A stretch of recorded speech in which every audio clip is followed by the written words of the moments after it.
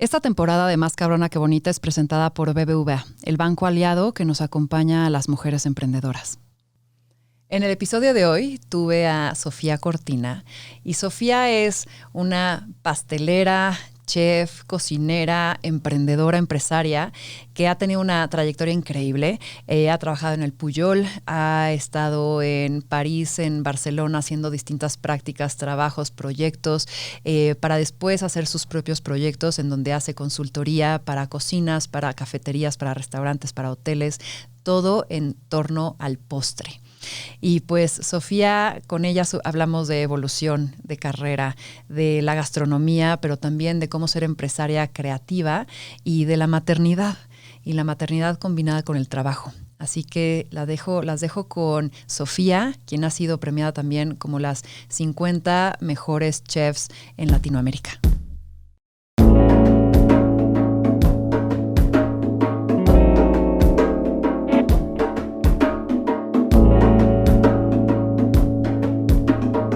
Esto es Más Cabrona que Bonita. Podrá faltar la carne, pero jamás el postre, escuchaba Sofía en su casa. Su mamá, una promotora de terminar siempre las comidas con algo dulce, le enseñó la cocina y sobre todo el cariño a los postres. Ha estado en grandes cocinas y estudiado o practicado en lugares clave de la gastronomía. Su propuesta pastelera es ser sustentable, utilizando productos naturales y de temporada, así como retomar la naturaleza de lo dulce y no excederlo con azúcar. Sofía ha sido reconocida como la mejor chef pastelera de Latinoamérica por la lista Latin America's 50 Best Restaurants y quien, como buena cocinera, sabe que quien no es bueno sirviendo, no será bueno mandando. Bienvenida, Sofía. Muchas gracias. Gracias, feliz de estar acá. Me encanta tenerte acá y conocer tu mundo, que te voy a decir una cosa. Me encantaría yo dedicarme a lo que te dedicas tú, qué bonito. Y pues vamos a entrar en tu mundo primero con las preguntas rápidas. ¿Estás lista? Perfecto, feliz. ¿Cuál es tu lugar seguro? Mi casa. ¿En qué crees? En Dios. ¿Tu manía más grande? Los deportes, verlos. Si pudieras cambiar una sola cosa en el mundo para mejorarlo, ¿qué sería? Menos violencia. Si pudieras vivir una película, ¿cuál elegirías vivir? Ratatouille.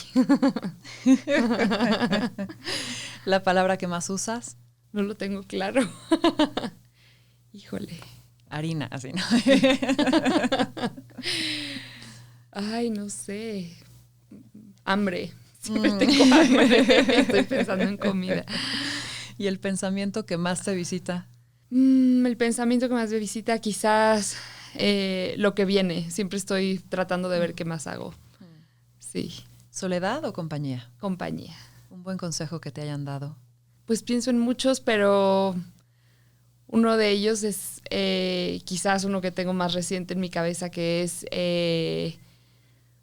pues tratar de ser auténtico y no esperar lo que digan los demás de ti, ¿no? No esperar algo más de justo que no, o sea, te da igual si te juzgan o no, es importante seguir lo que quieres hacer. Si pudieras echarte 3 mezcales con quien quieras, vivo o muerto, sí. ¿A quién invitas? A Messi. Lo tienes clarísimo. Clarísimo. El peor defecto del ser humano.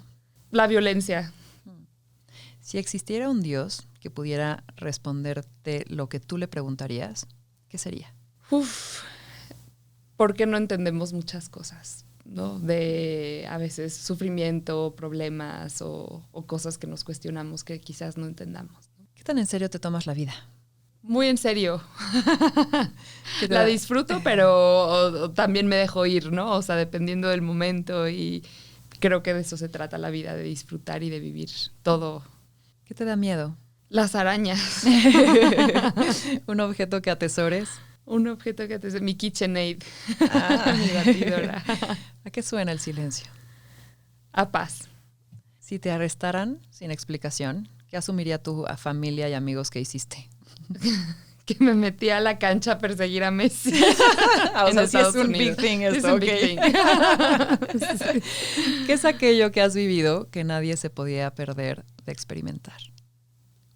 Muchísimas cosas, pero agradezco esta cercanía que he tenido con deportistas y o gente de la que soy fan, que de alguna forma me ha acercado a ellos que jamás me hubiera imaginado que podría hacer. Y esta nada más es alargar esa, sí. que yo misma te dije, no la alargues. No la ¿Cuál es el personaje con el que has más faneado en tu vida?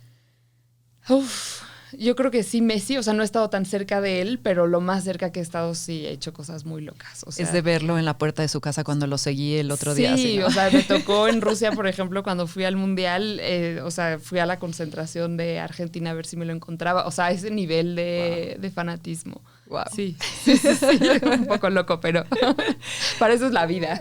Para me vale lo que digan. Oye, a ver, ahora sí vamos a una capa más profunda a conocerte.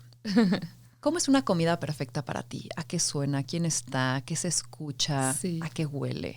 Pues una comida perfecta para mí es un momento en el que estamos realmente enfocados en comer, ¿no? Donde no hay más distracciones. Digo, hay una buena compañía. Generalmente pienso en mi familia, por ejemplo, en mi esposo. O sea, para mí es como un ritual comer, ¿no? O sea, es el momento de dejar de distraernos con otras cosas. La comida ya está caliente, está recién hecha, está lista.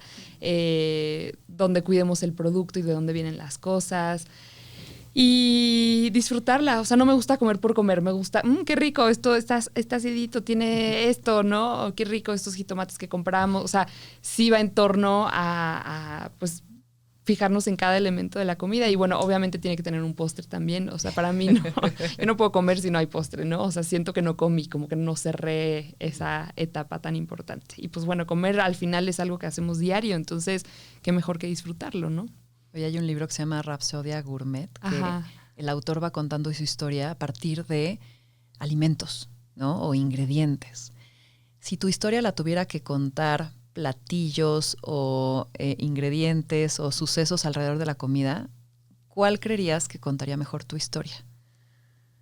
De platillos, pues yo creo que sería todo lo que tenga que ver en torno a un postre y chocolate. Pienso, por ejemplo, en eclairs o todas las masas que sean rellenas como con crema, que es como lo que más me gusta. Yo creo que iría en torno a eso. Oye, ¿qué nunca falta en tu refri? Que nunca falta en mi refri. Bueno, parece broma, pero el otro día un amigo que tiene una cuenta también de comida nos mandaba a todos los chefs como mándenos fotos de su refrigerador a ver qué tienen y vamos a ver de quién es qué refri. Y pues si hay algo que nunca puede faltar, yo creo que son era broma y no broma. O sea, tenía 5 kilos de mantequilla, porque sí usamos mucha mantequilla, claro, tanto para cocinar salado como para postres, ¿no? Entonces ya era la broma de mándanos kilos de mantequilla que aquí faltan en este refri. Entonces, bueno, mantequilla nunca puede faltar, pero siempre tengo también, me encanta la leche, soy como un becerro, o sea, me fascina tomar leche. Obviamente tomo una que me encanta, que me cae muy bien, que es orgánica y que, o sea, tiene una enzima que es leche, de verdad, exacto. Que me encanta, nunca falta eso, nunca falta fruta, productos orgánicos. Me gusta mucho ser coherente también con lo que cocino, pero también con lo que yo como. Entonces, oye, supongo que crear platillos es como muy emocionante, ¿no? La parte de la ideación, de imaginarte, de esta química mental en donde sientes cómo combinas los sabores. Pero ¿qué pasa cuando ese platillo ya llevas 3 años haciéndolo? O sea, ¿no llega un punto en donde te cansa, te aburre, te harta un ingrediente, te harta un platillo, te harta un proceso? Sí, la verdad, sí. Como todo en la vida, pues te puedes cansar de cosas. Digo, depende mucho también de cómo eres, pero sí, hay veces que pues repitiendo un mismo producto, o sea, por ejemplo, en algún punto en pandemia me volví famosa por un panqué de mamey, ¿no? Y pixle que hacía, y ahora lo odio.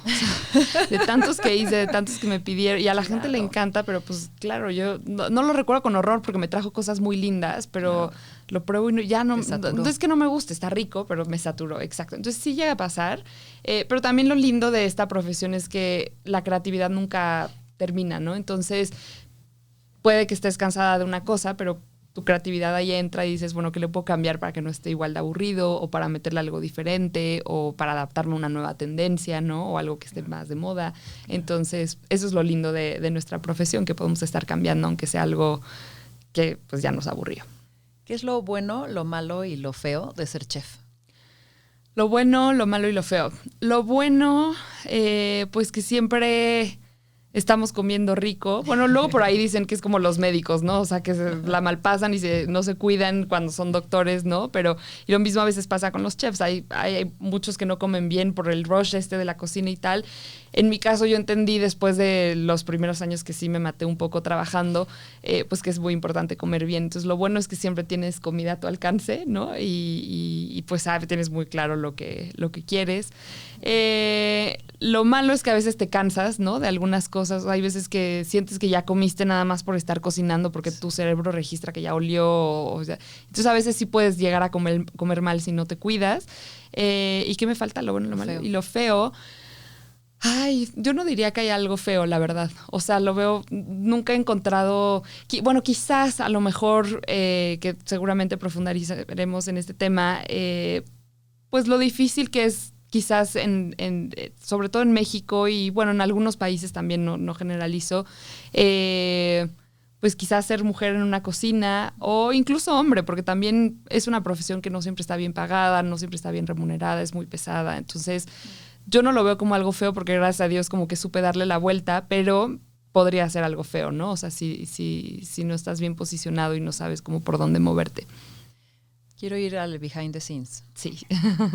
Después de chambear, que cocinas para todos, que pruebas tal, llegas a tu casa y te cocinas con el mismo amor y tiempo y paciencia que lo haces para un cliente. Sí. La verdad, sí. Yo en mi casa no soy tan de cocinar salado, o sea, soy más de postres. El que cocina más es mi esposo, que cocina muy rico. Y yo cuando hago postres los hago con el mismo cariño que los hago para un cliente. O sea, nunca se me va a olvidar.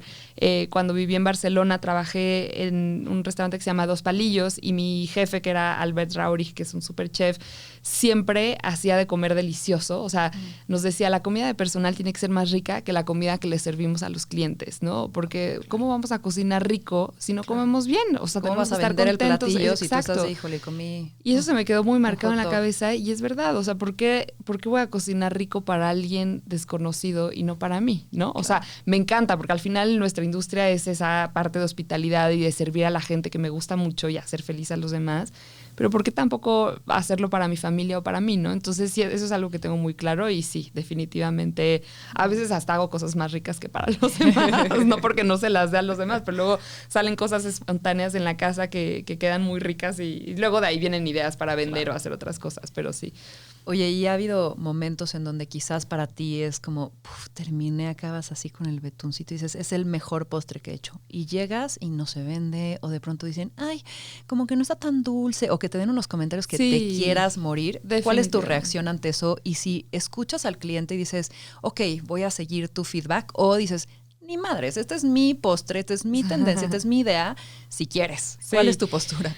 Pues creo que con la experiencia ha cambiado muchísimo, ¿no? O sea, a lo largo de todos los años mi forma de verlo ha ido evolucionando, pero definitivamente, y siempre pasa, y no me dejarán mentir otros amigos chefs, a veces la idea que tú dices como va a ser el postre increíble o el plato que va a romper todo y que a nadie le importa, ¿no? O sea, que es como, ok.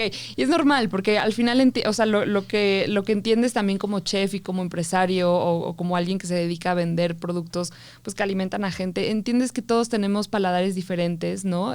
Contextos diferentes y es normal, ¿no? Que a lo mejor no todo el mundo entienda lo que a ti te gusta y lo que a los demás les gusta. Entonces, antes debo de reconocer, si soy una persona con un carácter muy fuerte, o sea, la gente me ve como, ay, súper buena, sí soy muy buena onda y soy muy tranquila y siempre estoy de buenas y trato, ¿no? Pero cuando me llego a cansar o cuando llego a explotar, vengo de una familia de abogados donde todos tenemos un carácter muy fuerte, entonces pues sí, yo a ser un poco dura.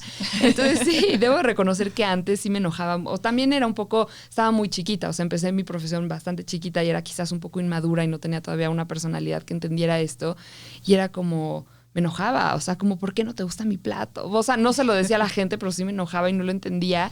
O incluso yo trabajando para otros chefs, o sea, me acuerdo cuando trabajaba en Pujol con Enrique, que o sea, si alguien criticaba algo o veía un mal comentario, una reseña, o sea, luego me acuerdo que le escribía a Enrique como yo, es que no saben comer. Y Enrique como, relájate, o sea, como, ¿no? Y entonces, poco a poco fui creciendo y fui entendiendo, pues, que sí, o sea, al final de cuentas el paladar es diferente y cada quien es diferente. Entonces, ahora también hay que pensar de manera inteligente, pues, si no le gustó a la mayoría de la gente, ni se va a vender. ¿Para qué me desgasto? Mejor me lo hago para mí, lo disfruto yo con los que si les gusta el postre o no, y ya, hay que evolucionar y que funcione, ¿no? O sea, prefiero no ser terca y no quedarme clavada en una idea y mejor que funcione. Siguiendo en este behind the scenes, ¿pides Uber Eats? Sí. No tan seguido, pero sí, cuando no queremos cocinar o algo, sí, tenemos nuestros antojos, okay. Sí. ¿Qué es imperdonable en el mundo de los chefs?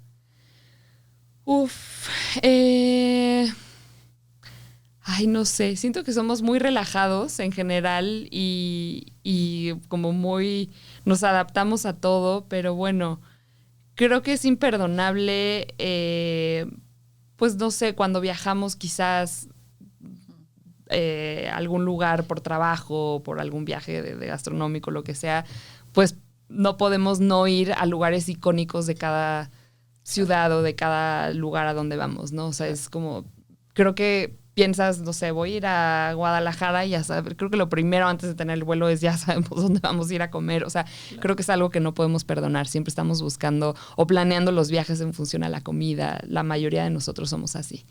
Oye, ¿qué manía te ha dado o regalado la cocina que en el mundo normal sea insoportable? Pues muchas. La verdad es que pienso, por ejemplo, en mi mamá cuando voy a su casa y le digo como, no, esto estás ordenando así, su cocina y así de, no, pues sí, o quizás decirle como, esto se cocina así, o el huevo no lo sobrecocines, ¿no? O sea, ese tipo de manías que mi mamá me dice como, déjame ser, yo cocino así. Y sí, pues tienes razón, ¿no? O sea, debería de al final mi mamá no es chef, ¿no? Y a lo mejor a ella le gusta hacer los huevos de una forma. Y sí, es un poco esa manía de tratar de estar corrigiendo a los demás en función a lo que a mí me gusta hacer o a las técnicas que estoy acostumbrada a hacer. Incluso me pasa con mi esposo. A lo mejor él no es tan pastelero, pero también le sabe a esas cosas, le encanta hacer pan y todo. Y a veces le digo como, no, usa el rodillo así, ¿no? O sea, tiendes a ser muy metiche con ese tipo pero pues es normal, o sea, como que estamos acostumbrados a hacerlo de manera profesional, que como que te quieres meter y clavar ahí un poquito en querer hacerlo más perfecto, y pues no, debería ser un poquito más relajado, ¿no? Estás en la casa de alguien más, no tienes por qué tampoco llegar y decir cómo hacer las cosas, ¿no? Oye, y justo háblame de tu formación, porque empezaste trabajando en la cocina de Pujol, pero no habías necesariamente estudiado y después como que te fuiste formalizando y fuiste a Europa, después regresaste al Pujol también. Cuéntame, igual y como en estos puntos de inflexión, estos lugares que te marcaron y que justamente te dieron más herramientas a ser la Sofía que eres hoy. Sí, pues yo siempre tuve claro que quería ser chef justo desde chiquita porque mi mamá hacía postres, entonces a mí me gustaba eso, ¿no? O sea, mi mamá siempre también la recuerdo como siempre diciéndome como lo más lindo es la hospitalidad, servir a la gente, atenderlos. Cuando había invitados siempre era como muy detallista. Entonces yo dije, yo también quiero hacer eso, ¿no? Y siempre tuve claro que quería ser chef. Cuando llegó el momento de entrar a la universidad, me gané una beca de excelencia para una escuela aquí en México. Yo me quería ir a Francia, pero pues no estaba en mis posibilidades. Y mi mamá me decía, pues ya algún día ahorrarás y te irás. Pero yo en mi cabeza decía, es que las carreras aquí son larguísimas, son muy poco prácticas y siento que no, o sea, yo siento que ya voy tarde, ¿no? Yo tenía 17 años, estaba chiquita para mi generación cuando salí de prepa y yo decía, ya voy tarde, o sea, porque yo veía a los franceses que son chefs y pues ellos empiezan desde casi los 8 años en cocinas de sus tíos, de sus abuelos, obviamente no trabajando, ¿no? O sea, legalmente, pero pues ya están bien metidos, ya son súper buenos y a su nivel, obviamente, y para su edad, ¿no? Entonces yo decía, ya voy súper tarde y además aquí todas las escuelas duran años, ¿no? Y no son nada prácticas para lo que yo quiero, pero pues bueno, era lo que había. Entonces me gano una beca de excelencia, entro a la universidad y empiezo estuve creo que un par de semestres, empiezo a hacer prácticas en Pujol, porque recuerdo tenía un amigo chef también que vive en Nueva York, que es súper exitoso, un mexicano también, Fabián Fonhaus, que siempre me decía, si quieres ser chef, él estudió con mi hermano, entonces como que siempre crecí con él y siempre me decía como si quieres ser chef, te recomiendo que trabajes, y si vas a trabajar, pues no hay mejor lugar que trabajar en Pujol en México, ¿no? O sea, entonces como que me iba guiando y me iba enseñando. Entonces entró a Pujol a hacer prácticas. Debo de reconocer que me dijeron como 3 veces que no había lugar y yo, no hay manera. O sea, creo que me fui a plantar ahí a las oficinas a decir, tengo que hacer prácticas aquí hasta que me aceptaron. Yo creo que se hartaron de mí, me aceptaron. Y sí, entonces empecé a hacer prácticas ahí. ¿Y qué quiere decir prácticas? pica la cebolla, lava la cocina, Sí, o sea, ¿qué actividades haces? Prácticas es, o sea, justamente es un trabajo no pagado que en todo el mundo sucede, o sea, los estudiantes de gastronomía para tomar un poco de experiencia van a restaurantes y depende mucho de ti, ¿no? O sea, hay practicantes que se quedan toda la vida lavando ollas, ¿no? Porque pues no avanzaron más ni quisieron demostrar que podían hacer más. Y hay practicantes que acaban siendo contratados, ¿no? O sea, porque son muy buenos y fueron aprendiendo. Y entonces es un poco justo ganar como esta experiencia. Para tu bien, ¿no? O sea, para saber primero si es tu carrera, si no, porque no te puedes... Yo pensaba que la gastronomía era glamour, es la verdad. Después me dijo, o sea, como Ratatouille, decía, trabajo, wow, ¿no? París y todo, y los viajes y tal. Y sí, eso es lo que quizás todos ven de nosotros como en la parte de afuera, pero del otro lado, pues es todo lo contrario, ¿no? Es una profesión muy ruda y muy pesada. Que si te gusta, pues es muy lindo, ¿no? Pero sí es pesado. Entonces yo empecé a hacer prácticas en Puyol mientras estaba estudiando, ¿no? Y yo ya súper intensa de, ya sé dónde voy a hacer prácticas el próximo año. Entonces escribí a un lugar que se llama Michel Bras, que es como el padre de la gastronomía.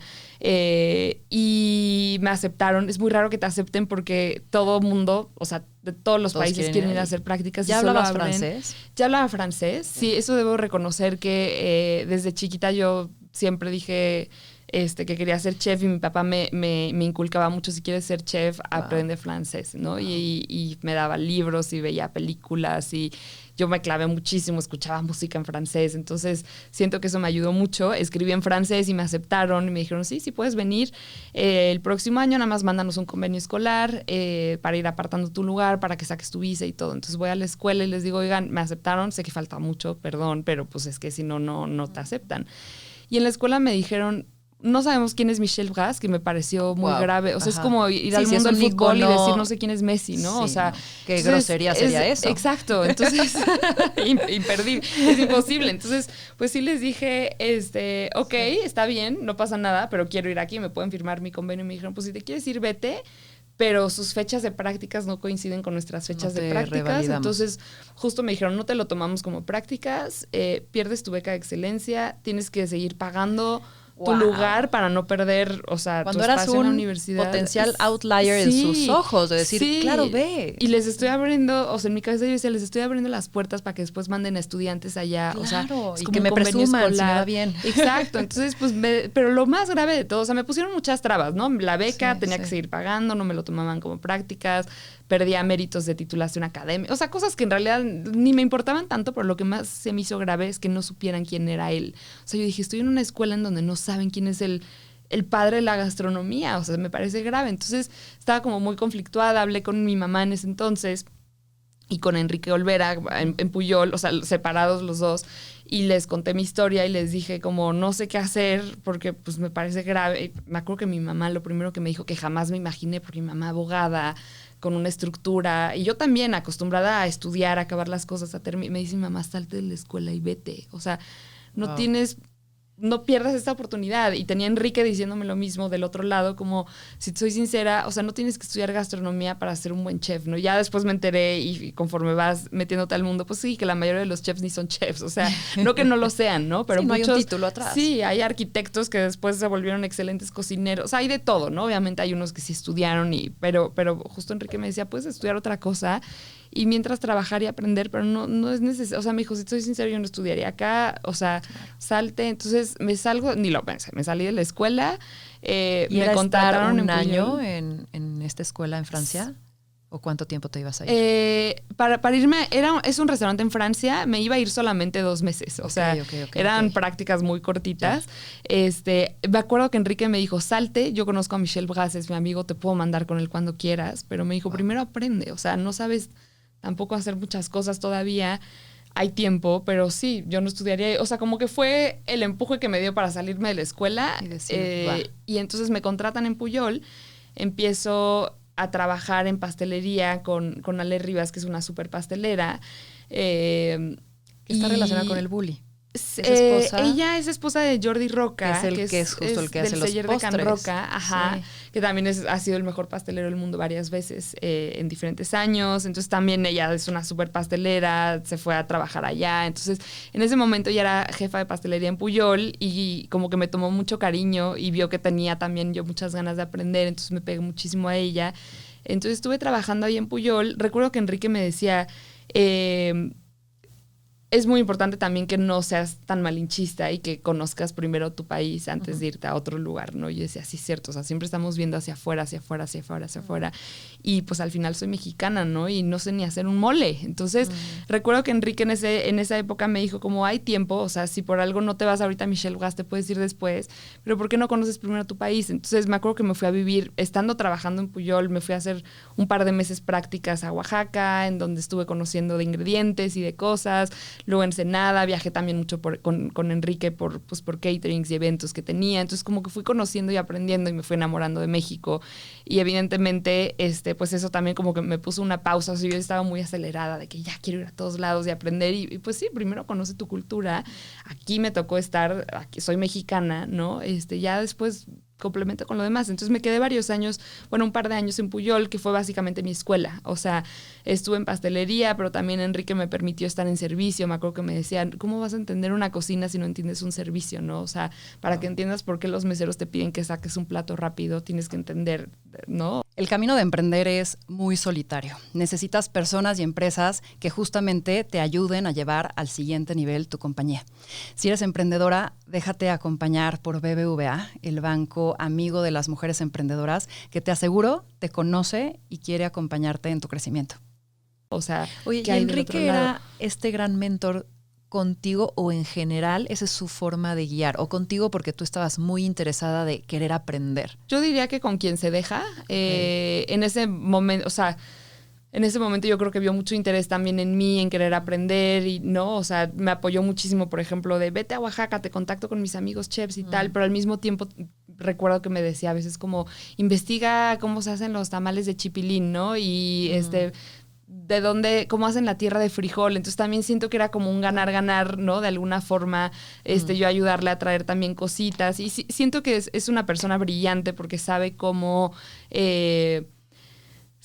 hacer que cada quien se desarrolle dependiendo de su personalidad y por eso se sabe rodear de un muy buen equipo. Hay por ahí en The New York Times un árbol genealógico de Enrique, de como los como chefs, con todos los cocineros que han salieron salido de Pujol y como, o sea, ¿no? Desde Lalo Máximo, Joaquín Cardoso, Vallejo, ¿no? Es un árbol increíble que... Es una bonita visión, porque a ver, cualquiera podría decir... No me uses como plataforma. Sí. Yo necesito que estés aquí porque te capacito y te vas a ir, me va a salir caro. Esa es una forma quizás cortoplacista de pensar a decir, voy a ser generoso, sé que vienes aquí a aprender porque tú también tienes tus aspiraciones de ser chef, ¿no? Totalmente. Y por eso la gente lo quiere mucho. O sea, porque yo le tengo mucho cariño porque siempre me ayudó a crecer y no, o sea, para seguir un poquito la historia, me quedé un par de años en Pujol, estuve en diferentes áreas, me rotó, viajé, estuve en servicio, bla, bla, bla, en todos lados.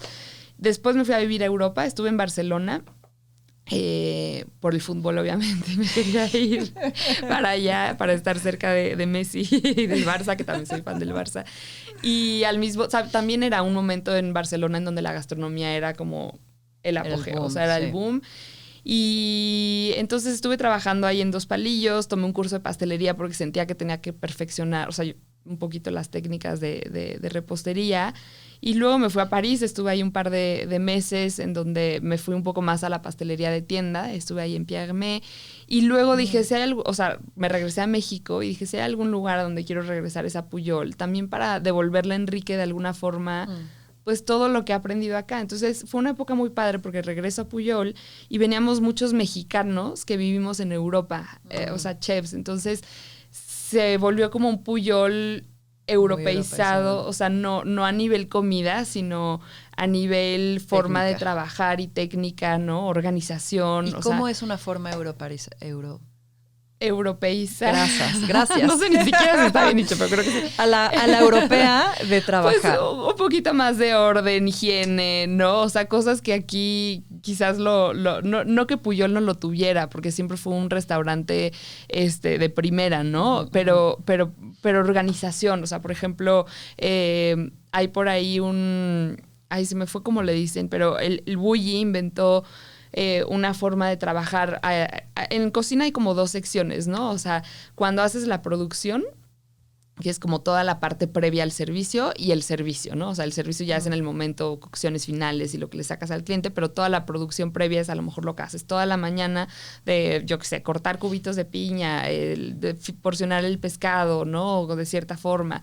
Toda esa producción, esa es una forma de trabajar. Y el Bulli, por ejemplo, implementó una forma de hacer como trabajos en común, ¿no? Entonces, en lugar de que pongas a un cocinero a estar pelando, no sé, 200 zanahorias, ¿no? 10 cocineros rápidos se juntan, hacen ese trabajo común, pelan las zanahorias, ¿no? Y entonces en lugar de hacer un trabajo que una persona a lo mejor haría en 1 hora, lo hacen 10 personas en 5 minutos, ¿no? Y entonces lograron como hacer ese tipo de cosas. Entonces, ese es, por ejemplo, un ejemplo de una técnica europea que inventaron los del Bulli. Y entonces, cuando regresamos a México, empezamos a implementar ese tipo de cosas, ¿no? O sea, a eso me refiero con quizás tener como, no porque no fuera ordenado antes, ni mucho menos, pero pues son ideas y son técnicas que a lo mejor ayudan a hacer más eficiente el trabajo, ¿no? O sea, la intención de, aquí luego estamos en México acostumbrados a trabajar muchísimas horas, muchísimos días, ¿no? O sea, yo me acuerdo antes solo descansábamos un día a la semana y cuando regresamos empezaron a implementar los 2 días a la semana de descanso, ¿no? O sea, decíamos, ¿por qué si en Europa pueden trabajar 5 días a la semana los cocineros? Aquí no se puede, ¿no? Entonces, ese tipo de detalles son los que se empezaron a implementar cuando empezamos, o sea, cuando nos regresamos a México y entonces pues era una dinámica muy padre porque pues éramos varios que teníamos raíces mexicanas, nos encantaba estar acá, los productos y todo, pero teníamos una visión diferente del trabajo y de la cocina. ¿Cuándo llega el momento en donde dices, ya, voy a despegar yo sola? Pues el momento llegó un poco también con ayuda de Enrique, que por lo mismo digo, es una persona muy generosa porque siempre abre las puertas a su gente a crecer cuando podría ser muy egoísta, como muchos lo son, diciendo como, no, yo me quedo a mi personal y que se queden conmigo.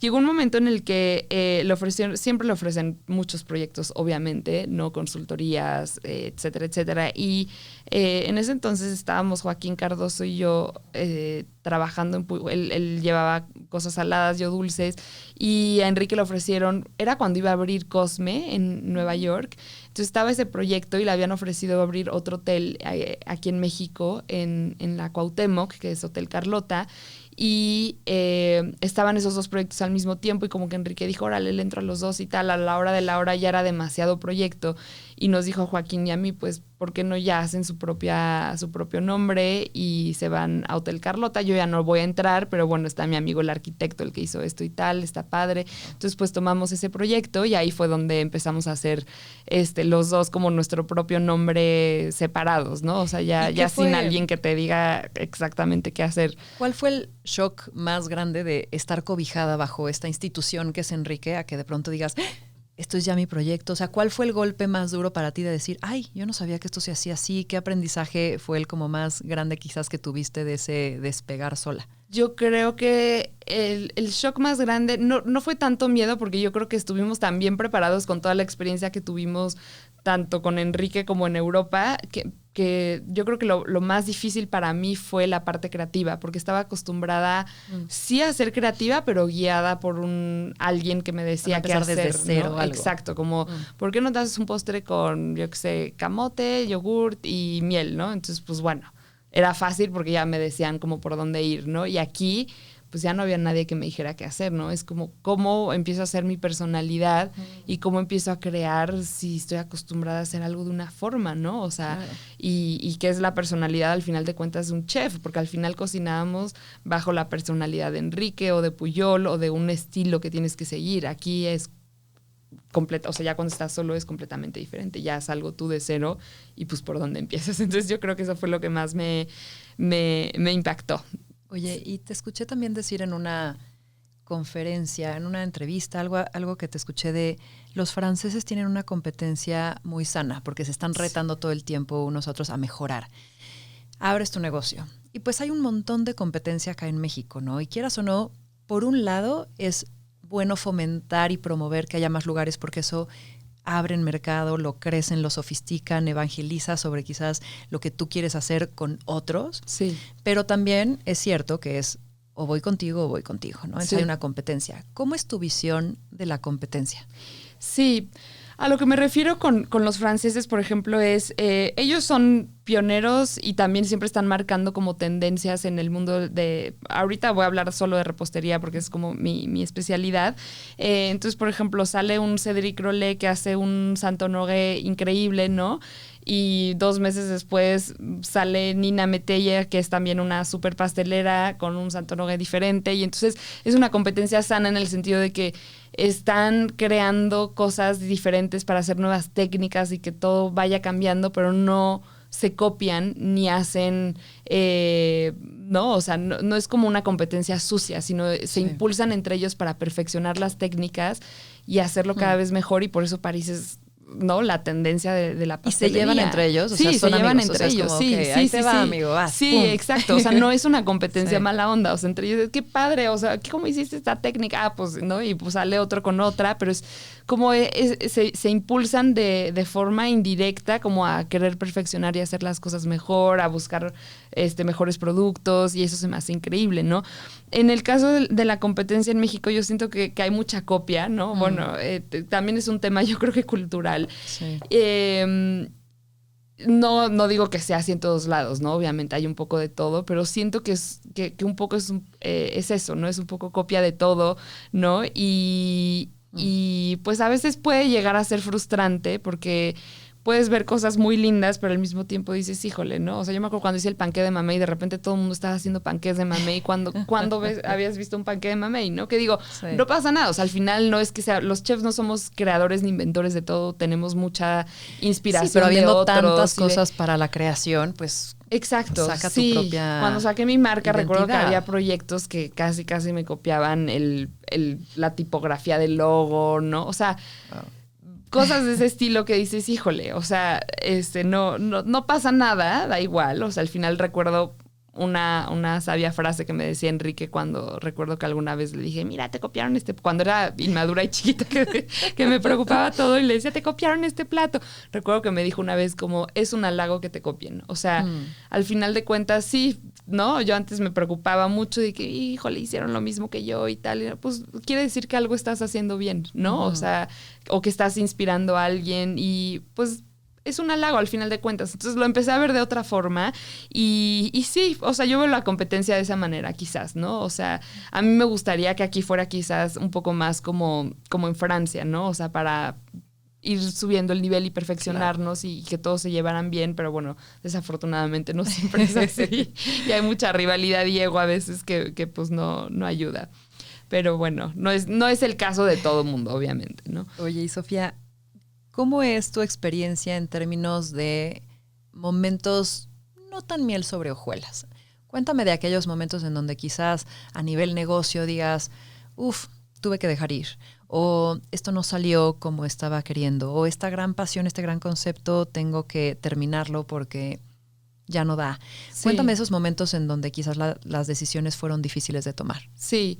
Ha habido varias, ¿no? O sea, si antes de que llegara a ser empresaria, porque pues obviamente eso tomó bastantes años, pues recuerdo incluso el hecho de ser una mujer y estar en una cocina, ¿no?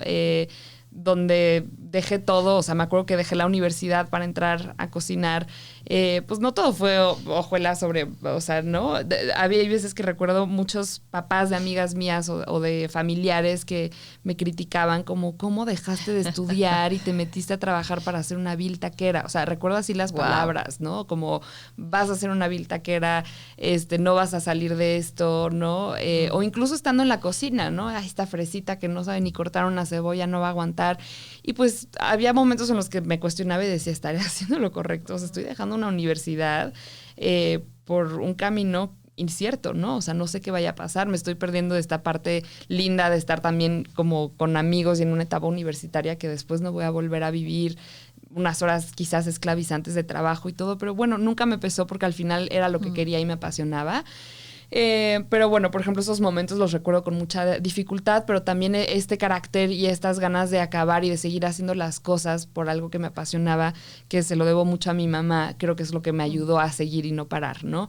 Y bueno, ya pensando como empresaria, pues siempre hay momentos difíciles, ¿no? Cuando abrí mi proyecto en pandemia, tuve la fortuna de contar con socios muy lindos que quisieron invertir en mí, que me apoyaron y crecimos y todo, pero bueno, al final de cuentas, no todo sale como lo piensas, ¿no? O sea, en mi caso, una de las decisiones por las cuales cerramos la vitrine, no es porque no fuera exitosa, sino llegó un momento en el que empecé a tener yo muchos clientes con crédito, y los clientes, y eso creo que pasa en todo el mundo, o al menos aquí en México, ¿no? O sea, por ejemplo, hay marcas que son increíbles, ¿no? Pero te pagan a 90 días, ¿no? O te pagan a 60 días. Entonces empiezo a crecer esa nube de clientes con crédito, ¿no? Y mis flujos, pues claro, yo no le puedo decir a mi personal, no te pago hasta dentro de 90 días. O al del chocolate te pago en 60 días. Pues no, tú tienes que seguir tu día a día trabajando. Y al final de cuentas, llevar una operación así... tratando como de sobrevivir, ¿no? Creciendo esa nube de clientes que al final, pues sí es una venta que existe, pero no está en físico. Fue un desgaste muy grande y también era difícil, ¿no? Que los socios volvieran a bajar dinero para poder, pues, mantener esa nube. Y fue un desgaste muy grande que debo de reconocer que tuve muchos problemas de salud a causa de esto, ¿no? Porque, pues, no, o sea, está difícil estar creando, estar coordinando logística, de hacer entregas, de seguir vendiendo al mismo tiempo, de llevar redes sociales. O sea, llegó un momento en el que yo decía, ¿en qué momento estoy haciendo yo todo? ¿No? Y al mismo tiempo tratando de ver cómo conseguir dinero para sobrevivir. Me desgasté muchísimo y llegó un punto en el que pues me di cuenta que o se levantaba con dinero o no se podía levantar, y no todos tenían como quizás la misma visión que yo, y lo entiendo, ¿no? O sea, al final de cuentas, pues es diferente, y ahí me di cuenta que recuerdo, no sé si puedo decir marcas o no. Todo lo que quieras. Es que nunca se me va a olvidar, porque recuerdo que me invitó Andrea Morelli, que es una mujer que admiro muchísimo y que quiero mucho. Me invitó a hablar a American Express como para compartir un poco mi experiencia como empresaria, ¿no? Y entonces yo todavía tenía la vitrine, pero ya estaba con esa idea de yo creo que ya voy a cerrar, porque si no esto se va a hacer una bola de nieve que no voy a salir nunca de esto, y ya nada más es puro estrés, no estoy avanzando. Y ese día que platiqué con su gente y con todo como su staff, ella no lo sabe, pero para mí fue como fue como una terapia para mí. O sea, como si me soltara hablando con ellos, y me hizo darme cuenta de por lo que estaba pasando, y que al final la marca soy yo. O sea, me di cuenta que todo lo que he construido tiene una marca y soy yo. No necesariamente tiene que ser la pastelería, ni la vitrina, ni tal. Y dije, no debo de tener miedo por cerrar un proyecto que no funcionó, quizás porque estuvo mal operado, quizás porque no estuvimos organizados, a lo mejor teniendo ese colchón de dinero antes de que arrancáramos con más clientes. O sea, sí, no solamente es que así estaba vendiendo mucho y pues como no pusieron dinero tuvimos que cerrar. No, quizás fue o sea, en retrospectiva, quizás fue una mala organización de operación, y no pasa nada. O sea, yo no puedo hacer todo, ¿no? Al final lo que construí yo fue mi marca durante todos estos años de trabajo en mi vida. Soy Sofía Cortina, me ubican por esto, por este panqué, por esta forma de hacer las cosas. Y no debo de tener miedo en cerrar una empresa, porque al final pues soy yo, ¿no? Entonces me di cuenta de eso hasta ese día. Y tu miedo era, ya no me van a querer contratar, van a decir que no soy de calidad, voy a desaparecer, me van a asociar con fracaso. ¿Cuál era tu miedo al final del día te diste cuenta que no se cumplió? Mi miedo era quedarle mal a las marcas a las que les surtía, o dejar de proveer a clientes que son importantes, y justo, o sea, que dijeran como pues ya nos abandonó y después no vamos a poder hacer nada con ella, o quemarme, o sea, quemar mi nombre, porque al final de cuentas no era quemar a la vitrina, era quemarme a mí misma, porque pues sí, o sea, para los socios es una empresa, pero para mí es toda la imagen y toda la vida que he construido durante todos estos años, que en un segundo se te puede ir a la basura, ¿no? Entonces, al final dije, pues bueno, sigo siendo yo, no voy a dejar de hacer lo que hago, me buscaré la vida si lo tengo que hacer de otra forma, de otra manera, ya veré qué hacer.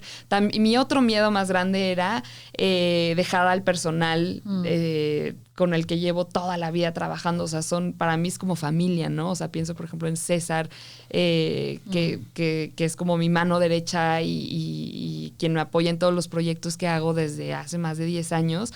Y digo, ¿cómo los voy a dejar en la calle? O sea, cerrar una empresa. Entonces, esa era mi preocupación más grande, que obviamente se solucionó porque me moví, conseguí cosas para ellos y todo. Y al final seguimos haciendo cosas juntos en otro tipo de proyectos. Pero esos eran mis miedos más grandes. Y recuerdo que leí yo por ahí una biografía de Pierre Hermé, que es mi pastelero favorito, en donde hice prácticas en París. Que yo juraba, o sea, luego nosotros tenemos como estas ideas de la gente famosa o exitosa que no sabemos realmente qué hay detrás de ellos, fantaseamos muchísimo ese personaje, ¿no? Exacto, y cuando leí toda su biografía y uno pensaría que Pierre Hermé es de las pastelerías más exitosas, ¿no? Y que siempre le ha ido bien, y cuando veo que estuvo endeudado con proveedores, con socios, con clientes, que le prohibieron hacer pastelería en Francia, se tuvo que ir a Japón porque pues tenía un contrato en donde no le permitían hacer nada en el mismo país. O sea, cuando ves cómo sufrió, pero al mismo tiempo ves el éxito que tiene, que fracasó y tuvo que cerrar proyectos, que ahorita se vendió a una marca, o sea, te das cuenta que nadie tiene nada asegurado y que al final de cuentas, pues sí, la marca eres tú en la medida de lo posible y de cómo trabajas y qué tanto esfuerzo hagas, ¿no? Entonces, pues ahí fue cuando entendí, dije, no me tengo que preocupar por nada, al final la vida es así, ¿no? Es un subir y bajar de problemas, de sufrimientos, de cosas bonitas, no todo es glamour, no como lineal, lo mencionaba hace rato. Y, pues, oye, sí. y Sofía, hoy todo este aprendizaje del cual nos has hablado, ¿a dónde te ha proyectado? O sea, hoy, Sofía, ¿cómo trabaja? ¿Cómo surte? ¿Qué proyectos elige? ¿Qué equipo contrata? O sea, ¿cómo estás hoy? Que seguramente pues sí es el resultado de todos estos aprendizajes que acabas de decir. Sí, pues hoy estoy parada en una situación en la que con mi nombre estoy pudiendo cerrar consultorías, ¿no? Que es lo que hacía antes, es lo que más me gusta, ¿no? Y consultorías para restaurantes que quieren abrir su parte de les hago pastelería su menú y de cocina postres, y tal, o alguien ya. que quiera abrir un café y les desarrollo todo el proyecto. Okay. Entonces, en realidad, ahorita es como estoy parada actualmente, como también logré salir de una deuda, porque tenía una deuda muy grande cuando abrí el proyecto de la vitrine, tuve que tuve que pagar, que dije, ¿en qué momento voy a pagar esto? Pues trabajando, ¿no? O sea, nadie me lo va a dar gratis. Entonces, eso es lo que estoy haciendo actualmente y bueno, haciendo cosas con marcas y al final de cuentas, pues justo, ¿no? O sea, soy una marca que de alguna forma sigo teniendo esos contactos que nunca perdí pues con otras empresas y marcas. Entonces eso es lo que estoy haciendo. Debo de reconocer que otro de los momentos más difíciles en los que me he topado, y esto es muy reciente, pues estoy embarazada y se me cayeron proyectos estando embarazada de gente que me dijo como, híjole, creemos que vas a estar muy ocupada. No me lo dijeron tal cual como porque estás embarazada, ¿no? Pero pues era evidente, ¿no? O sea, ya casi cosas que se estaban cerrando y me dijeron como, creemos que no vas a tener tiempo. Y yo como, o sea, ¿cómo? Ahorita es cuando más tiempo tengo, cuando más productiva puedo ser y no estar embarazada no es una enfermedad, ¿no? Y ahí fue cuando me di cuenta qué difícil es estar embarazada y que te digan qué hacer o qué no hacer, ¿no? Y recuerdo por ahí que pues no soy muy de postear tantas cosas personales en mis redes, pero me acuerdo un día que puse como, sí, estoy embarazada y me di cuenta de lo difícil que es en México decirlo, ¿no? Porque pues es un problemón. Y la cantidad de gente que me escribió en mensaje directo como, yo no soy chef, soy enfermera, pero cuando me embaracé me corrieron porque tal, ¿no? Sí. Y yo no sé. Entonces me empiezo a dar cuenta de todo eso y digo, qué difícil y qué injusto, ¿no? O sea, de por sí ya es muy difícil un embarazo, estás creando algo, es un trabajo impresionante y se te vienen todavía momentos más difíciles y que alguien te diga qué hacer o qué no hacer, o sea, ¿no? O que no te apoyen o que pierdas un trabajo, ¿no? Imagínate que eres mamá soltera. Yo, gracias a Dios, cuando se me cayeron todos los proyectos, decía, bueno, o sea, tengo un esposo súper lindo que me dice, no te preocupes, aquí estoy, ¿no? Sí, ya vendrán cosas buenas. Y de alguna u otra forma todo se acomoda. Me acabaron cayendo nuevos proyectos y nuevas consultorías, que ahorita es un poquito de angustia, ¿no? Y digo, híjole, tengo que acabar todo esto antes de que nazca bebé pues para no estar como tan vuelta loca. Yo solita me metí en esto, pero bueno, prefiero estar así a no tener nada que hacer y tener esa angustia de, ¿no? Porque además viene una nueva persona a tu vida y obviamente pues tienes más gastos, tienes más angustias, lo que quieres es seguir generando, no estar parada, ¿no? Sin hacer nada. Entonces, no, y hay mucho que, digo, me das en mi llaga de más dolor, ¿no? Justo hoy en la mañana había una noticia de una empresa americana que trae una demanda de no sé cuántas mujeres de su empresa que se dieron cuenta, y creo que son más de 9,000, que ganaban menos que los hombres en su mismo puesto. Y es como, ¿es en serio? Es 2024. 4. O sea, ¿sabes? Es como, ¿por qué sí. siguen pasando esas cosas? Es increíble. Es increíble. Y es esta parte en donde creo lo importante de nuestros ejemplos, ¿no? De decir, es que hay formas distintas de hacer las cosas. Exacto. Y que nosotros también ampliemos estos espacios empáticos y flexibles para justo entender que hay los cómo distintos para llegar a los mismos qués, ¿no? Sí. Entonces, estas experiencias, esta experiencia que es tu maternidad, ¿qué ha cambiado de chip en ti de cómo quieres hacer las cosas o qué cambios quieres hacer en esta industria pues, de la cual eres parte, ¿no? Sí, pues justo eso, ¿no? Igualdad y equidad en salarios, en trabajos, en todo. O sea, debo de reconocer que no todo ha sido horrible. Por ejemplo, tengo una consultoría en Monterrey que es una marca de macarrones que se llama Tourelle et Thomas, que ahorita también estamos lanzando nuevos productos, que siempre me han apoyado muchísimo, ¿no? O sea, por ejemplo, yo antes de este embarazo tuve un aborto, y que digo, creo que es algo que pasa muchísimo y muy poca gente lo habla y lo dice. Y en alguno de estos viajes, los que hacía a Monterrey, tuve un susto cuando estaba embarazada y pensé que otra vez iba a tener un aborto. Y siempre fueron bien lindos, o sea, ni me preguntaron ni me cambiaron el vuelo de te regresas, ¿no? Y estás con tu familia y con tu doctor cerca por cualquier cosa, pase algo malo o no, preferimos que ahorita el trabajo es lo de menos, ¿no? Entonces, no pierdo la esperanza porque sé que hay también empresas muy lindas y gente muy buena que está consciente que pues lo humano es lo más importante más allá de todo lo demás. Y pensando justo en esta parte, ¿no? Y lo que quisiera para mi hija, porque voy a tener una niña. ¿Ya tiene nombre? Se va a llamar Eli. Ajá. Pues es justo eso, ¿no? Que el día de mañana, si es chef o no chef o trabaje donde sea, pues que no se encuentre con este tipo de situaciones, ¿no? Que generan una angustia terrible. Sí. Y digo, no se va a conseguir fácil, hay que pelear por eso, ¿no? Y entonces, a lo mejor nosotros como empresarios tenemos que empezar a ser más consciente a la gente. O sea, hablar de estas cosas siento que ayuda mucho, ¿no? O sea, a mí no me importa decir, tal persona me negó este trabajo porque estoy embarazada. Al revés, creo que es importante hablarlo y platicarlo porque pues sale más gente de, ay, a mí me pasó lo mismo, ¿no? ¿Y qué podemos hacer para cambiarlo? Pues hay que empezar a hacer cosas, ¿no? Y o sea, hay también muchos sesgos inconscientes que sí. Ellos mismos igual no se dan cuenta que no los saben. tienen, Sí, ¿sabes? exacto. Y entonces al señalar de una forma adecuada, cambias también formas y estructuras. Exacto. ¿No? Sí, no necesariamente es hacer una revolución y decir, ay, los malditos. No, o sea, muchas veces justo es eso, o sea, de forma adecuada acercarse y explicarlo, ¿no? O sea, tengo muchos amigos que ni saben del tema del embarazo, porque también es normal, no tienes por qué saberlo, porque a lo mejor ni te interesa, a lo mejor no, pero cuando se enteran y les platicas y escuchan, dicen, wow, no sabía que pasaba esto, no, pues qué bueno que me dices, ¿no? Cuando yo tenga una mujer embarazada voy a cuidar esto y esto y esto. Claro. Es también saber adaptarse, ¿no? O sea, pues a lo mejor adaptar tu forma de trabajo o tu empresa para que esa persona pueda seguir haciéndolo, ¿no? Quizás a lo mejor desde su casa, o sea, depende hay muchas cosas que se tienen que adaptar, pero yo creo que todo se puede hacer y es cuestión nada más justo de generar conciencia. Súper. Sofía, ya para ir cerrando, quiero un poco la guía a través de tus ojos. El café imperdible de Ciudad de México, según Sofía. Ay, a mí me encanta Drip. Me gusta mucho, pues que tuestan su café, que viene de diferentes lugares de México, que lo escogen. Sencillo, ¿no? Es rico, buen producto. Entonces no me perdería ese café nunca. Tengo mi newsletter que se llama Viernes de Croissant, así que quiero saber, ¿cuál es el mejor croissant de Ciudad de México según Sofía? A mí me gusta mucho el croissant de Bleu Patisserie, que es la pastelería de César, quien mencionaba hace rato que llevo toda la vida trabajando con él.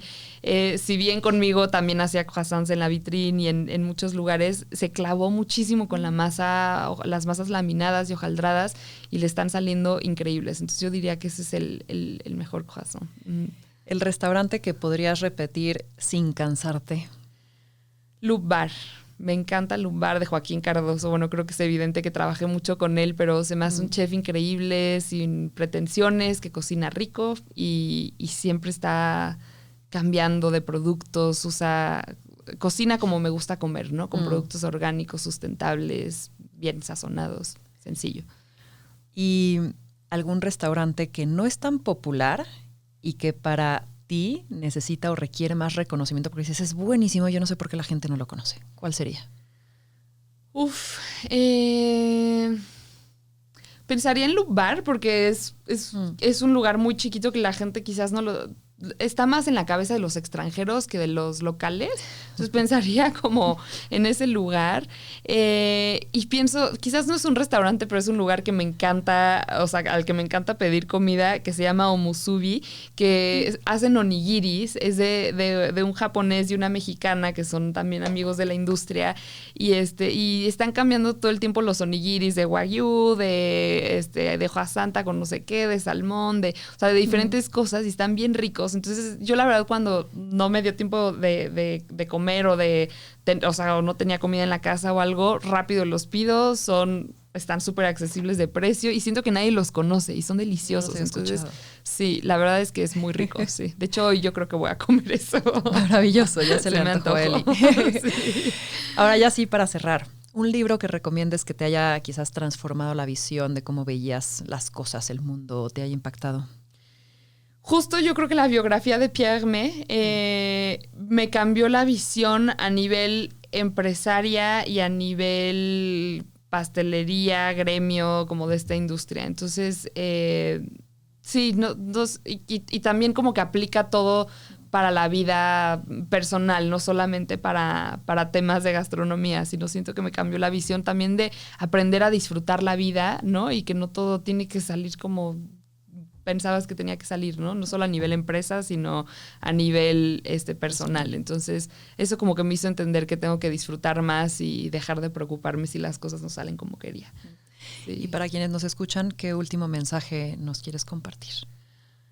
Pues me quedo, yo creo que con esta situación de que estoy embarazada ahorita, sigo dándole vueltas a ese tema, pues que seamos más conscientes con las mujeres embarazadas, ¿no? O sea, que no es una enfermedad, a veces sí el embarazo no es fácil, también tiene sus problemas, y pues que las empresas y que los jefes o jefas sean un poco empáticos, entiendan, tengan familias con embarazadas o no, y que apoyemos, porque si nuestro gobierno y nuestro país quizás no está dando el suficiente apoyo para este tipo de sector, creo que lo podemos hacer los demás, ¿no? Entonces, pues, me quedaría con eso. Y yo complemento tu mensaje diciendo la paternidad compartida, o sea, exacto, el que una mujer esté embarazada requiere una cadena a su alrededor, una tribu que soporte, y entre ellas, si es el caso que haya una pareja, que se equilibre las responsabilidades, porque si no todo el riesgo, el reto, el peso, ¿no? Cae en una sola persona y eso es insostenible. Sí. Entonces, hay situaciones en donde es así, una mujer, quizás mamá soltera, pero cómo podemos hacer esas redes alrededor de esa mujer, porque esas son nuestras nuevas generaciones, ¿no? Entonces, como que no expulsemos, sino corresponsabilicemos a esta situación. Totalmente, ¿no? De acuerdo, totalmente. Súper. ¿Dónde te encontramos, Sofía? ¿Y dónde probamos tus delicias y tus proyectos y tus diseños? Pues todo lo que voy sacando, para mí fue como volver, cuando cerré la empresa, volver a empezar, pues en mis redes sociales, en Softcort, @SOFCORT, de Sofía Cortina, Softcort. Y ahí a veces estoy anunciando o colaboraciones o si saco algún producto. Ese pastel o mousse o que sea de chocolate que vi relleno de... Con avellana. Sí. Ahorita no lo tengo. Sofía. Pero ahí viene el de Navidad, que es algo similar. Okay. Vamos a sacar una... Y te escribimos directamente por Instagram y ya lo pedimos. Sí. Okay. Me gusta complicarme la vida. Exacto, muy bien. Hay que estar ahí muy pendientes. Sí, exacto. Súper. Y pues nada, muchísimas gracias por acompañarnos hoy. Y pues esto fue Más Cabrona que Bonita. Muchas gracias. Gracias a BBVA por llevarnos a las historias de estas grandes mujeres outliers. Si eres emprendedora y estás buscando empezar o crecer tu empresa, déjate acompañar por BBVA, nuestro banco cercano que nos acompaña y realmente se preocupa por lo que necesitamos en nuestro camino como mujeres emprendedoras. Y suscríbete a mi canal de YouTube activando la campana para que te enteres del siguiente episodio.